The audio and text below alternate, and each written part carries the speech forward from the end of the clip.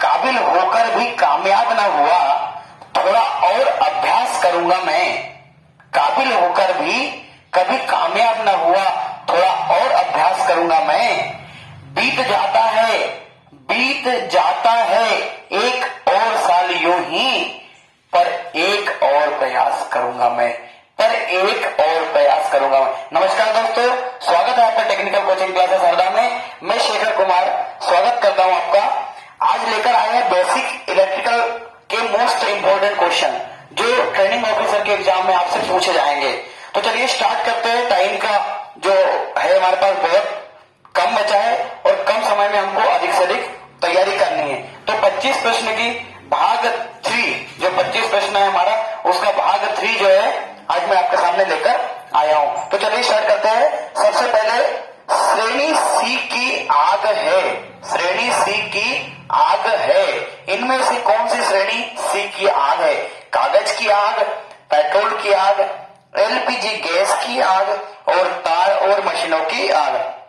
तो आपको सभी को पता है कि श्रेणी सी के अंतर्गत वे फायर एक्सटिंग्विशर जो है यूज किए जाते हैं या उन पर यूज किए जाते हैं जहां पर गैसों पे आग लगे। तो यहां पर इसका फाइनल आंसर क्या आएगा? एलपीजी गैस की आग को बुझाने में श्रेणी ए की आग जो है अपनी, वो एलपीजी गैस की आग जो है उसके अंतर्गत आती है। अगला क्वेश्चन है हमारा कि ओम के नियम के अनुसार, ओम का नियम सभी को पता है कि ओम का जो नियम है वो हमारा क्या है। ओम के नियम के अनुसार आपको सभी को पता है कि current direct proportional to voltage. तो यहां जो हमारा ओम का नियम फाइनल यदि हम देखें तो यहां पर क्या जाएगा? R is equal to V upon I, अपना राइट आंसर रहेगा। इसके बाद अगला क्वेश्चन आता है हमारा तीसरा क्वेश्चन कि सोल्डरिंग आयरन की बिट किस धातु की होती है? सोल्डरिंग आयरन की बिट किस धातु की होती है?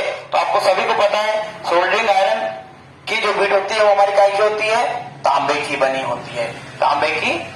होती है। ये देखो, ये वो क्वेश्चन है जो लगभग आपके हर एग्जाम में पूछे जाते हैं। खासकर टीओ के लिए मैं अभी बता रहा हूं कि टीओ के एग्जाम में आपको ज्यादातर ये क्वेश्चन ही आएंगे।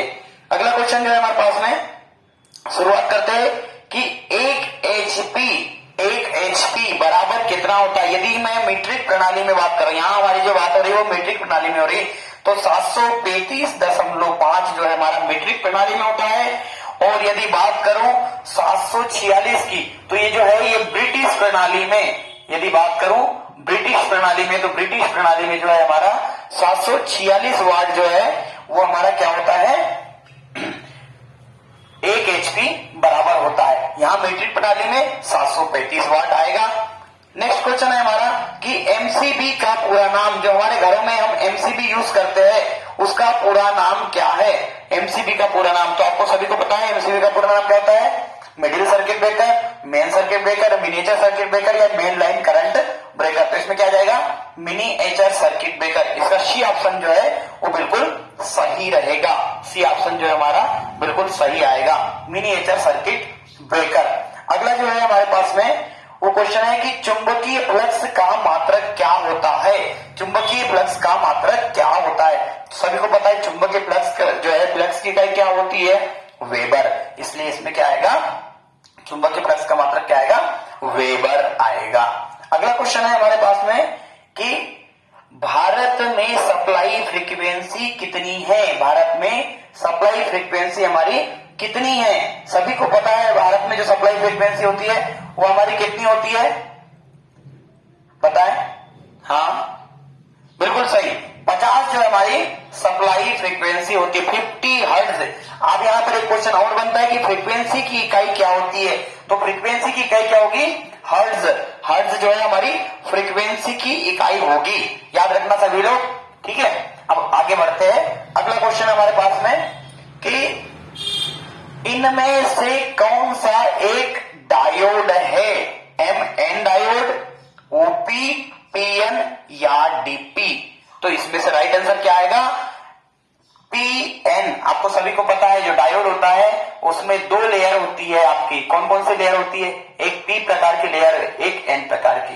2 सेमीकंडक्टर जो होते हैं इन से मिलकर हमारा डायोड बनता है, सभी को पता है। इसका यदि सिंबल आपसे पूछे तो डायोड का सिंबल कुछ इस तरीके से होता है, इस तरीके से आपका क्या है, डायोड का सिंबल होता है। तो यहां पर क्या जाएगा, कौन सा एक डायोड है, पीएन जंक्शन डायोड। अब इसमें एक क्वेश्चन और पूछ सकते हैं कि एक डायोड में अधिकतम कितने जंक्शन होते हैं, एक डायोड में अधिकतम कितने जंक्शन होते हैं। तो एक डायोड में अधिकतम कितने जंक्शन होते हैं, केवल और केवल एक जंक्शन होता है, एक जंक्शन J1, केवल और केवल एक ही जंक्शन होगा। ठीक है, आगे बढ़ते हैं। मैं जितने क्वेश्चन बता रहा हूं उसमें कुछ क्वेश्चन ऐसे हैं जो अलग से जो बाहर निकल के आ रहे हैं, उनको भी मैं बताते चल रहा हूं ताकि आपको किसी प्रकार से कोई प्रॉब्लम ना हो। अगला है कि यूरेका तार, यूरेका तार जो होता है ये किन दो चीजों से मिलकर बना होता है। आपको पता है नाइक्रोम का तार और यूरेका का तार जो है हम फाइनली काय के लिए यूज करते हैं, नाइक्रोम का तार या यूरेका तार हम काय के लिए यूज करते हैं, हाँ हीटिंग एलिमेंट और रेजिस्टेंस के रूप में जो है हम यूरेका या नाइक्रोम का वायर यूज करते हैं। तो यहां जो आ जाएगा कि यूरेका तार जो है इसमें क्या होता है, तो कितना होता है 60% तांबा और 40% जो है इसमें क्या होगा, निकेल। 40% जो अपना वो क्या होगा, निकेल होगा। तो अपना फायदा, हाँ हाँ बिल्कुल आपने सही बताया। तो 40% जो है आपका क्या आएगा, निकेल, और 60% तांबा, इसका फाइनली आंसर रहेगा। अगला क्वेश्चन है अपना, यदि किसी डीसी परिपथ का प्रतिरोध 5 ओम तथा सप्लाई, यदि किसी डीसी परिपथ का प्रतिरोध 5 ओम तथा सप्लाई 10 वोल्ट है तो धारा का मान, बहुत इजी क्वेश्चन है, आप आसानी से कर लोगे। V बराबर IR आपको पता है ओम का नियम जो होता है। तो हम इसके अनुसार हमको क्या है, सप्लाई दी गई है 10 और हमारे पास रेजिस्टेंस कितना है, R की वैल्यू, यदि R की वैल्यू बात करें तो हमारे पास कितना है 5, तो फाइनली 10/5 बराबर क्या जाएगा I। यदि काटा पीटी करेंगे हम तो फाइनली इसका जो आएगा उत्तर वो कितना आएगा 2, हमारा जो आंसर आएगा वो कितना आ जाएगा 2 आ जाएगा। तो ये जनरली क्वेश्चन है, ये तो हर किसी से बन जाते हैं, इतना इजी क्वेश्चन जो है शायद ही पूछे, पर फिर भी मैं आपको बताता हूँ कई बार पूछ भी लिया जाता है और हमको यही नहीं पता होता है, एक आएगा हम कंफ्यूज हो जाते हैं, तो कंफ्यूज होने की जरूरत नहीं है। अगला जो है वोल्टेज रेगुलेशन में उपयोगी, वोल्टेज रेगुलेशन में क्या उपयोगी होता है, वोल्टेज रेगुलेशन में हमारा क्या उपयोगी होता है। तो जनरली वोल्टेज रेगुलेशन में ना विभवांतर का यूज होता है, ना फ्यूज का, ना रिले का, लेकिन जेनर डायोड जो होता है इसका काम जो होता है वोल्टेज रेगुलेशन या रेगुलेटर के रूप में हम कर सकते हैं। तो जेनर डायोड जो है इसका फाइनली आंसर आएगा कि वोल्टेज रेगुलेशन में जेनर डायोड का यूज किया जाता है। अगला क्वेश्चन है हमारे पास में कि ब्रिज रेक्टिफायर में कितने डायोड होते हैं। सभी को पता है कि रेक्टिफायर कितने प्रकार के होते हैं। यदि मैं सिंगल फेज के हिसाब से देखूं तो रेक्टिफायर जो होते हैं अपने कितने 3 प्रकार के होते हैं। कौन कौन से होते हैं भाई, एक तो होता है आपका half wave rectifier, half wave rectifier. दूसरा जो रेक्टिफायर होता है वो हमारा होता है full wave rectifier, full wave rectifier. और तीसरा जो रेक्टिफायर होता है वो हमारा होता है कौन सा, ब्रिज रेक्टिफायर, ब्रिज रेक्टिफायर। तो यहां हम बात कर रहे हैं कि ब्रिज रेक्टिफायर। अब देखो यहां पर जो है फाइनली क्वेश्चन अलग अलग निकल के आ रहा है कि हाफ वेव रेक्टिफायर का भी आपसे पूछ सकते हैं कि कितने डायोड यूज किए जाते हैं। तो हाफ वेव का जो आएगा फाइनली कितना आएगा, 1। हाफ वेव में कितना यूज किया जाता है, 1 डायोड। फुल वेव रेक्टिफायर की बात करें तो इसमें जो है 2 डायोड का यूज होता है। और फाइनली यदि ब्रिज रेक्टिफायर की बात करें तो ब्रिज रेक्टिफायर में 4 डायोड का यूज होता है। तो इसका फाइनली आंसर क्या आएगा, डी, 4 डायोड इसका फाइनली आंसर आएगा। तो इस प्रकार से रेक्टिफायर के बारे में जो है अधिकतर क्वेश्चन बनते हैं और क्वेश्चन पूछे जाते हैं। तो आपको इसके जो है सही ध्यान रखते हुए क्वेश्चन को एक बार अच्छे से पढ़ लेना, उसके बाद ही इसका उत्तर देना। अगला क्वेश्चन है कि द्वितीयक सेल क्या है।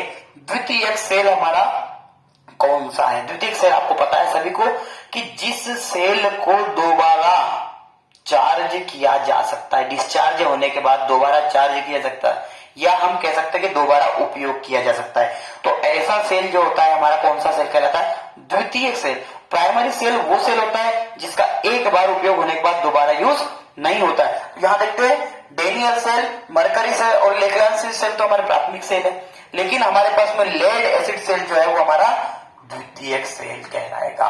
लेड एसिड सेल जो होता है ये हमारा कौन सा, द्वितीयक सेल कहलाएगा। तो इसका फाइनल आंसर क्या आ जाएगा, बी, द्वितीयक सेल जो है लेड एसिड सेल है।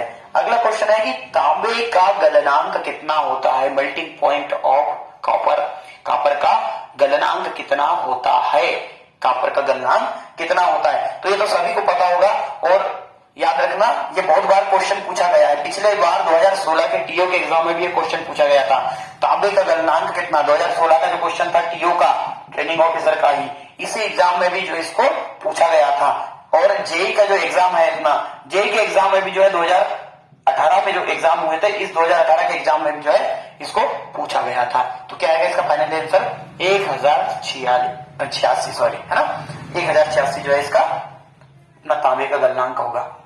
अगला क्वेश्चन है हमारे पास में कि इनमें से अचालक पदार्थ निम्न में से अचालक पदार्थ कौन सा है, अभ्रक है, टीन है, सीसा है या पारा है। तो आपको सभी को पता है कि टीन, सीसा और पारा जो है ये तीनों जो है आपके क्या है, कंडक्टर है। लेकिन यदि मैं बात करूं यहां पर अभ्रक की, तो अभ्रक जो है यही एक इंसुलेटिंग मटेरियल पूछा गया यहाँ है ना, याद रखना इंसुलेटिंग मटेरियल। तो ये जो अभ्रक है हमारा वो क्या हो जाएगा फाइनली अचालक पदार्थ अभ्रक है ना। अगला क्वेश्चन अपना, सोल्डरिंग आयरन का एलिमेंट बना होता है। अभी थोड़ी देर पहले हमने किया था, सोल्डरिंग आयरन का जो एलिमेंट है वो हमारा काय का होता है। सोल्डरिंग आयरन का एलिमेंट बार बार बोल रहा है, सोल्डरिंग आयरन का एलिमेंट, तो ये काय का होगा हमारा फाइनली नाइक्रोम का एलिमेंट की बात हो रही है यहाँ पर, तो काय का होगा नाइक्रोम का। अगला क्वेश्चन है हमारे पास में, इंपीडेंस का मात्रक है, इसका मात्रक क्या है, इंपीडेंस आपको सभी को पता है, इंपीडेंस मतलब जेड। अब जेड क्या होता है ये भी हम क्लियर कर लेते हैं कि किसी भी आरएलसी सर्किट में यदि मैं बात करूं, कोई आरएलसी सर्किट है उसमें फाइनली यदि मैं बात करूं, ये इस तरीके से एक आरएलसी सीरीज सर्किट बना दिया मैंने, आरएलसी सीरीज सर्किट। तो इस सर्किट में तीनों के कारण, रेजिस्टेंस के कारण, इंडक्टेंस के कारण और कैपेसिटर के कारण, तीनों के कारण जो सामूहिक डिस्टरबेंस होगा, सामूहिक बाधा उत्पन्न होगी, वही प्रतिबाधा कहलाती है, जेड कहलाती है। जिसका आपको फाइनली यदि इसका पूछे तो आप इसका फार्मूला भी बताना पड़ेगा आपको, क्या, R square plus X square, या हम कह सकते हैं कि x बराबर क्या है यहाँ, तो एक्स एल माइनस एक्स सी, या और इसको डिफाइन करें तो क्या हो जाएगा 2 पाई एफ एल माइनस 1 अपॉन 2 पाई एफ सी, इस तरीके से। तो इसका फाइनली जो है इंपीडेंस का फार्मूला हमारे पास में ये तैयार हो जाएगा। तो इसमें क्या आ जाएगा फाइनली, इंपीडेंस का जो मात्रक होगा वो क्या होगा, ओम जो है इंपीडेंस का मात्रक होगा। अगला क्वेश्चन है जो हमारे पास में, अगला क्वेश्चन जो है वो हमारे पास में है कि बैटरी का आपेक्षिक घनत्व किससे नापा जाता है। सभी को पता है कि मल्टीमीटर के द्वारा तो हम बैटरी का आपेक्षिक घनत्व नाप नहीं सकते। लेक्टोमीटर जो है, लेक्टोमीटर भी आपको पता है कि काय को नापते हैं हम, दूध को, है ना। वायर गेज जो है इससे गेज नापते हैं वायर। हाइड्रोमीटर जो है इससे हम जो है लिक्विड जो है हमारा बैटरी का आपेक्षिक घनत्व उससे उसको नापते। तो हाइड्रोमीटर इसका जो है बी, इसका फाइनली आंसर आएगा। अगला क्वेश्चन है हमारे पास में कि परमाणु के नाभिक में क्या होते हैं, परमाणु के नाभिक में क्या होते हैं। तो इसका फाइनली आंसर क्या जाएगा, आपको सभी को पता है, हाँ विवेक, बिल्कुल सही जवाब है आपका। प्रोटॉन और न्यूट्रॉन जो है ये हमारे जो है क्या है, नाभिक में उपस्थित होते हैं। तो प्रोटॉन और न्यूट्रॉन फाइनली आंसर आ जाएगा।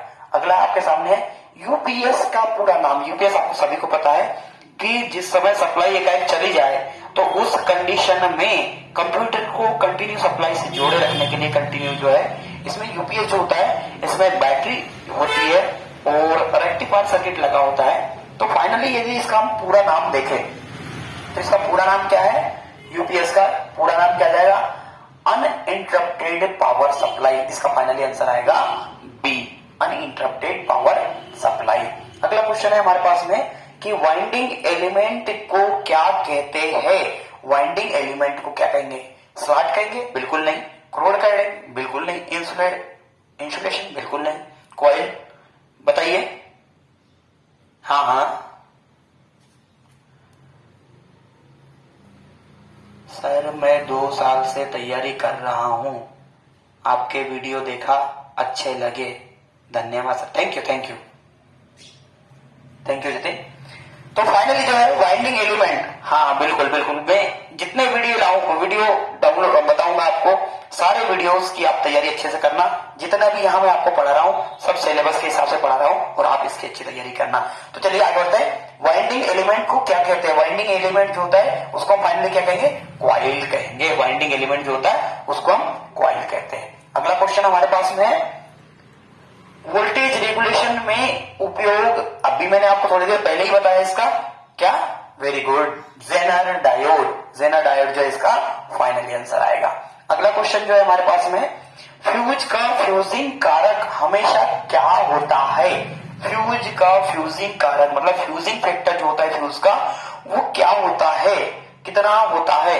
तो याद रखना, फ्यूज का फ्यूजिंग फैक्टर जो होगा वो आपका फाइनली 1 से अधिक होगा। 1 से अधिक होगा फ्यूजिंग फैक्टर, याद रखना। बिल्कुल सही, हाँ हाँ, आपका भी वैशाली, आपका भी बिल्कुल सही जवाब है। अगला है आपका, 1000 वाट में कितने ब्रिटिश एचपी होते हैं? 1000 वाट में कितने ब्रिटिश एचपी होते हैं? तो फाइनली क्या आ जाएगा इसका? 1.34 ब्रिटिश एचपी होते हैं। 1.34, ठीक है, वेरी गुड। आगे बढ़ते हैं। अगला क्वेश्चन हमारा लास्ट क्वेश्चन है, डीसी मोटर स्टार्टर में प्रतिरोध जुड़े होते हैं। देखो यहाँ डीसी मोटर का क्वेश्चन है, डीसी मोटर का मैंने पहले बता दिया हूं आपको। डीसी मोटर स्टार्टर का जो है, डीसी मोटर स्टार्टर में प्रतिरोध जुड़े होते हैं। तो कहां जुड़े होते हैं भाई? आपको सभी को पता है, डीसी मोटर के आर्मेचर में प्रतिरोध कहां जुड़े होते हैं? आर्मेचर के श्रेणी क्रम में। आर्मेचर के श्रेणी क्रम में, मतलब सी आंसर इसका जो है फाइनली आंसर आएगा। तो जैसा कि दोस्तों मैंने आपको बताया कि मैं जो ये 25 प्रश्न सीरीज के नाम से बना रहा हूं, पार्ट 1, पार्ट 2, पार्ट 3, ऐसे बहुत सारे पार्ट अभी आपको एग्जाम से पहले मैं बनाकर दूंगा। और 100% यदि आपने इसकी तैयारी कर ली तो आपको किसी भी कंडीशन में कोई फेल नहीं कर सकता। Thank you so much.